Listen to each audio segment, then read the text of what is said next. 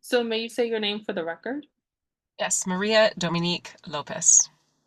And what is your ethnicity? I am half indigenous Mexican and half white. So And ethnicity goes, I've got some Spanish, I've got some Aztec, I've got some Genízaro, indigenous Genízaro. I have some Scottish, some Irish, some Welsh, and some Swedish. nice. That is a blend. That is a Yeah, blend. yeah. How did you identify on the census? I identify usually as biracial or other if there is no option for biracial. But when I was growing up, I was always encouraged, of course, to identify as white. And how old are you? I'm 38. Okay, thank you. Yeah. Can you share your experiences as a multiracial individual in today's society, particularly in light of some recent hate incidents that we've been seeing? Yeah, it's really interesting, I think, coming from the perspective of someone who is also an energy healer. Um, I often look at the othering of others, of people around us, as an expression of fear.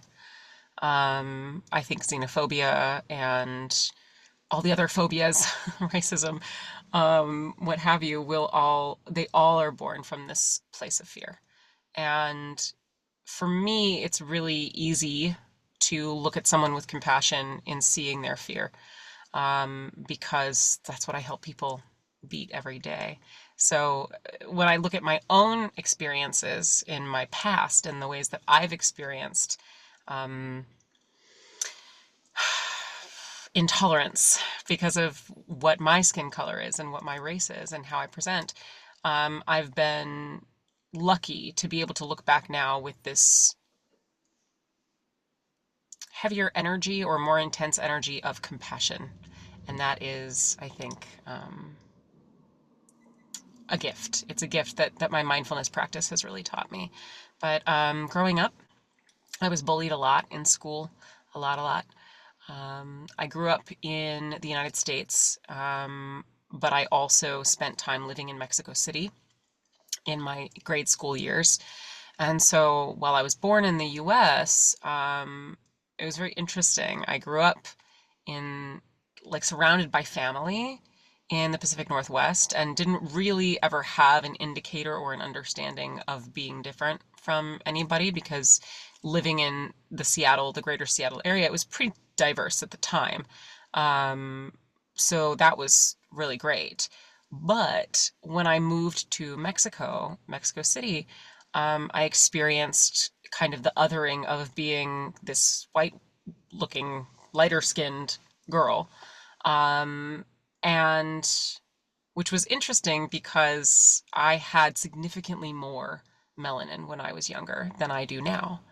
And to the point where I received a lot of discrimination when we moved back to the United States and moved to Arizona, for being brown. And so I've kind of experienced it both ways. I've experienced discrimination for being too light skinned and discrimination for being too dark skinned. And it's just it's an interesting it's an interesting experience, I think, because like I said, when I was a kid, I had a lot of melanin. And then I went through puberty and started losing my melanin. And I looked a lot more indigenous, like my father's indigenous features when I was prepubescent. And then after puberty, started to look a lot more like my Anglo-European mother, who's, very the Western standard of beauty is my mom. So very interesting to like watch, like look at pictures of me in childhood and see the forming and the changing of my whole body and my whole face and my structure and my color and everything changing as I got older to give me more white privilege in the end than I ever experienced as a child. And that's also a weird kind of experience to have.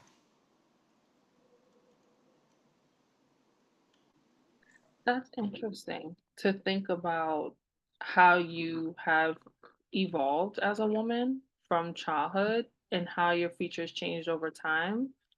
How do you reconcile those experiences? Because you have those two, you know, those two experiences of um being more fairer skin and leaning towards your white ancestry in terms of those features, and then also your Mexican ancestry, which is more akin to being associated with blackness. How did you reconcile that, and how do you view your privilege in terms of um, just now being someone who is more identifiable with white features today, or just as you made that transition? Yeah. It's such a great question. You know, the reconciliation part of it for me has been something that's been quite a journey.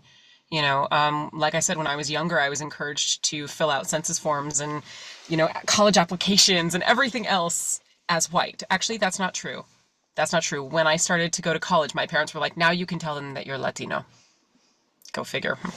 But I was raised to really identify with whiteness, right? And even my father, when I took a DNA test and did like the 23andMe ancestry thing a few years ago, and I came back and showed him my results, and I was like, look at how much indigenous blood we have. Like, I didn't realize that we had so much indigenous blood.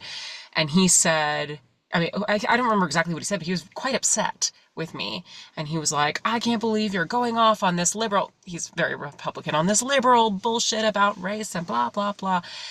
We've always been Spaniard, we'll always be Spaniard. And I was like, there's like 4% Spaniard in us, Dad. There was probably one rapist conquistador in our entire family line, and that's all we've got. Like, but he was really, because we've been able to kind of pass for white for so long, I think that proximity to whiteness was so important for my family's survival in America that it became something where whiteness was really revered in the family generationally. And so that was what I was taught as a child. So reconciling it from like going down to Mexico and being bullied for something that I originally was taught to be proud of, which was my whiteness, and then being rejected by my peers for that was something that was really difficult for me to understand, especially having grown up in a neighborhood where we really didn't, I mean, my parents were those kind of like racist, not racists, where they're like, we don't see color. Like that was the way I was raised. So to kind of transition from that, then going to Arizona where, you know, the sun is always out. I had a lot of melanin. I tanned really beautifully. I definitely looked like I was biracial when I was living in Arizona because I got so much sun. I had like people kicking me out of pools because they thought I was an unaccompanied black child when my parents were sitting right there watching me swim. Like those kinds of things would happen a lot when we got to Arizona. I got called a drug mule and bullied in school. I was constantly searched for drugs by teachers and principals all throughout middle school. So then there's that experience too, right? Where I've got like this, was proud of this whiteness when I was young, or like proximity to whiteness enough to really kind of pass as whatever, nondescript, right? Ethnic, but not too ethnic. And then getting down to Mexico, receiving this incredible bullying for being too light, starting to feel shame around my whiteness, then going to Arizona and thinking, okay, I'm back in the land of white people. Maybe they'll be nice to me now. And by then being too dark, so being unaccepted there as well, and being too brown and being ashamed of my brownness. And so for me, that all kind of came to a head when I took that blood test. And that was in 2019, I think, right before the pandemic. And I think I finally got the results back like a week before George Floyd was murdered. And when that happened, I think that's part of why my father was so upset to hear about our indigenous blood and so upset to hear about me talking about it in this way where I was like, I really feel like when we were living in Mexico, I felt so drawn to the culture and so at home there in certain ways, despite being really unhappy in school because of the amount of bullying I was experiencing. But like, I always felt like this is not my culture. I'm not allowed to approach this culture. This is not for me. And just because I'm enjoying it doesn't mean it's mine. And now in the last 4 years or so, I've been like, let me really dive into what it means to have this in my blood and in my ancestry and in my DNA epigenetically. And despite having had the culture of that ethnicity robbed from me, essentially whitewashed away by my family and ancestry, uh, it's really nice now to be able to sit in the facts of like, I am what I am, and that isn't going to change. And I've had many people from my own community, people who I consider to be friends, I really think of them as friends, who, when I started talking more about my own Mexican ancestry, my indigenous ancestry, when I started talking to my family, my cousin who's our family's genealogist, and we started diving into like where our indigenous tribes come from and what that meant, that indigeneity, what that means for us. Um, and I started talking about that a little bit more publicly in my friend groups. I got a lot of pushback actually from people who were like, you don't really have the right to call yourself Mexican. You were raised white, you look white now, you're very European.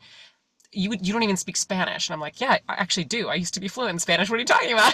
but I think people just make assumptions of you. And so for me, the reconciliation process has just been one of radical self-acceptance.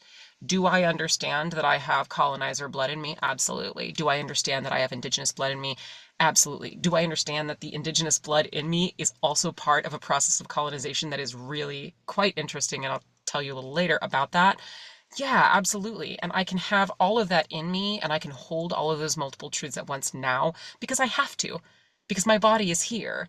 And for a while, I wanted to really hate the white part of myself, especially when I was starting to really work on understanding the implications of my indigeneity.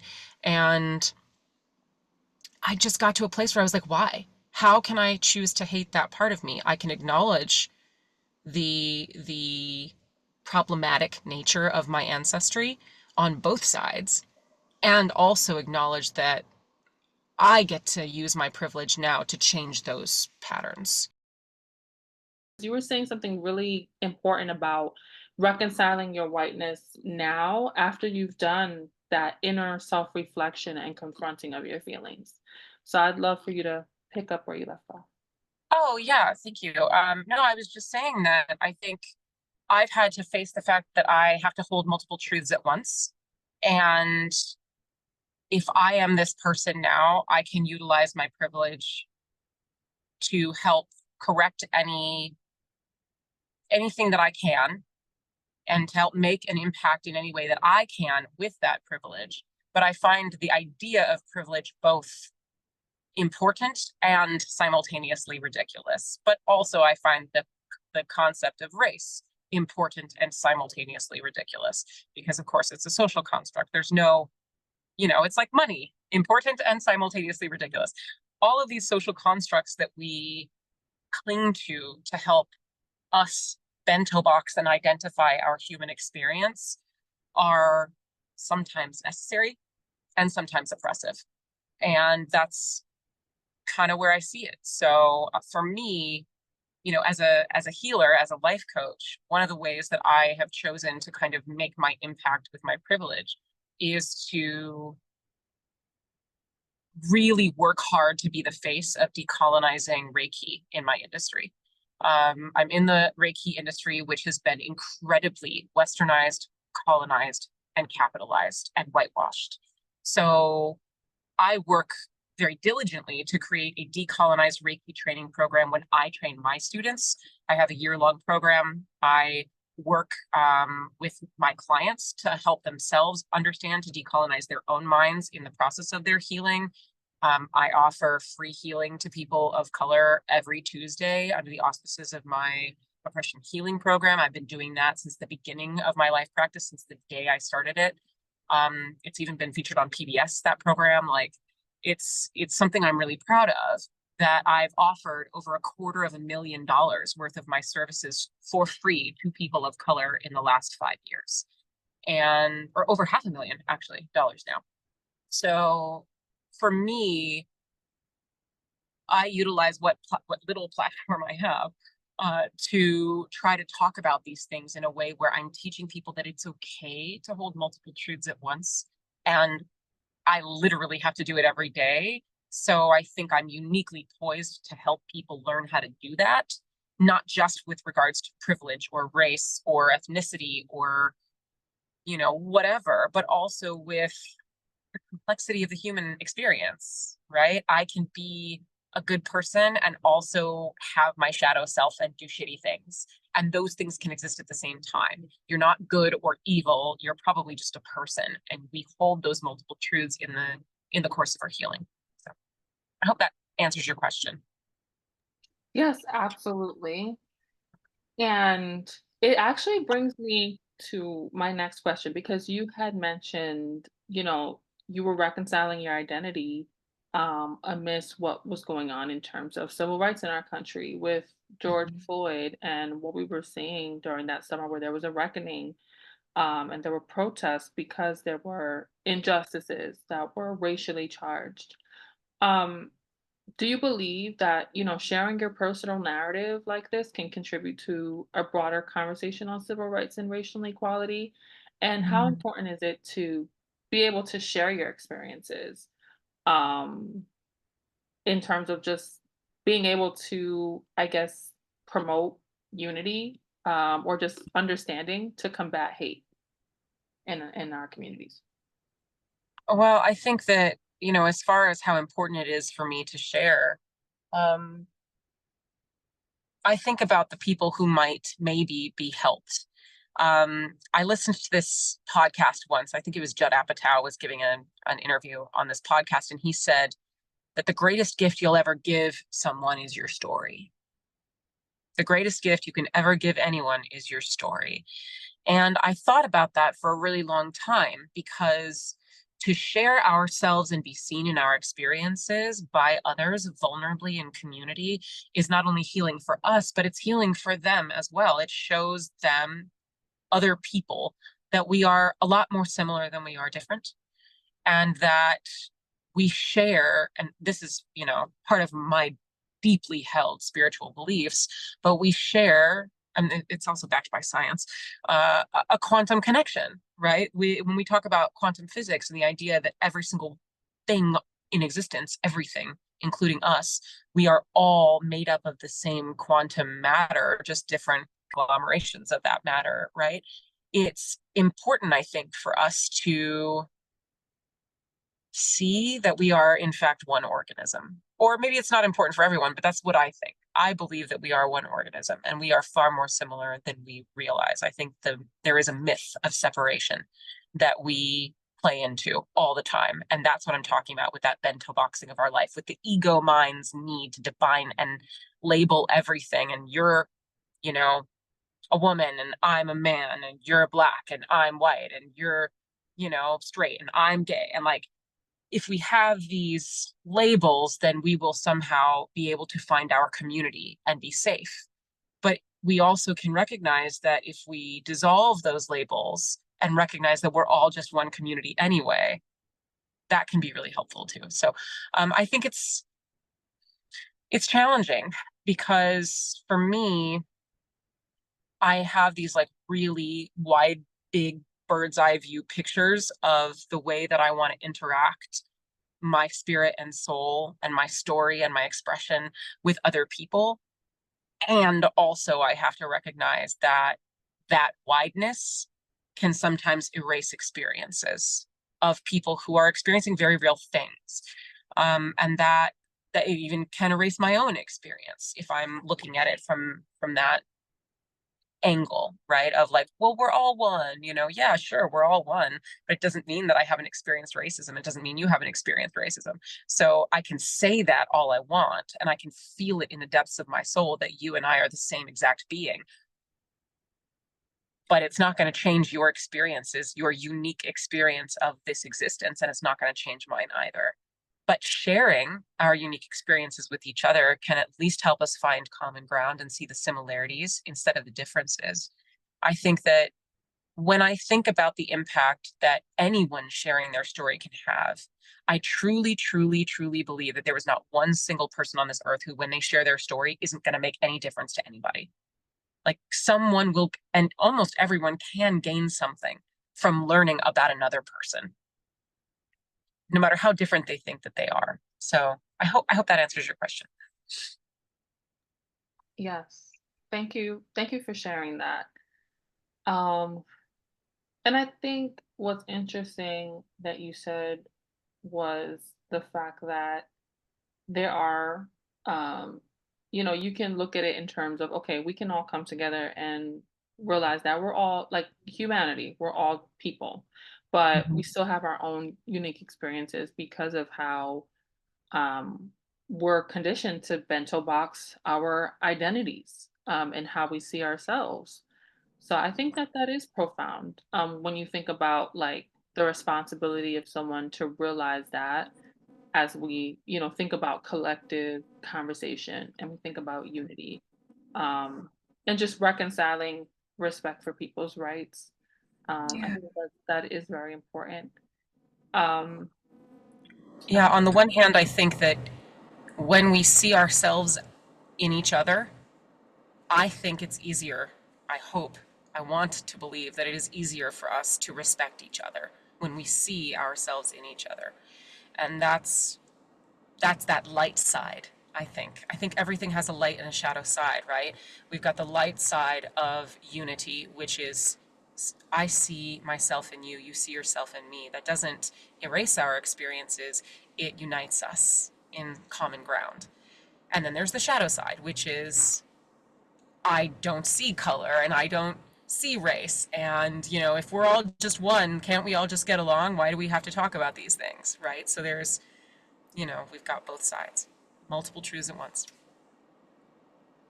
and I think the shadow side that you're mentioning, like acknowledging that is interesting because it takes a certain level of compassion Yeah. to have that compassion when that shadow side is present and you may see that folks are acting out in terms of um, acting out their hate or their misunderstanding for a Totally. particular racial group. So I think that that's important. That's important language, I think, to just think about. Um, and the final question I have for you is, can you describe the importance of preserving and archiving stories such as yours and others alike in navigating the multiracial experience? Um, I think I think being multiracial can feel really lonely because of this bento boxing we've been talking about, because of the labels, because we choose to. I mean, we're a communal species. We're literally neurobiologically hardwired for love and connection and community. And we've survived for millennia evolutionarily in tribes of people, in groups, small groups and communities of people. And I think that those of us who are biracial or multiracial, we oftentimes live with one foot in each world.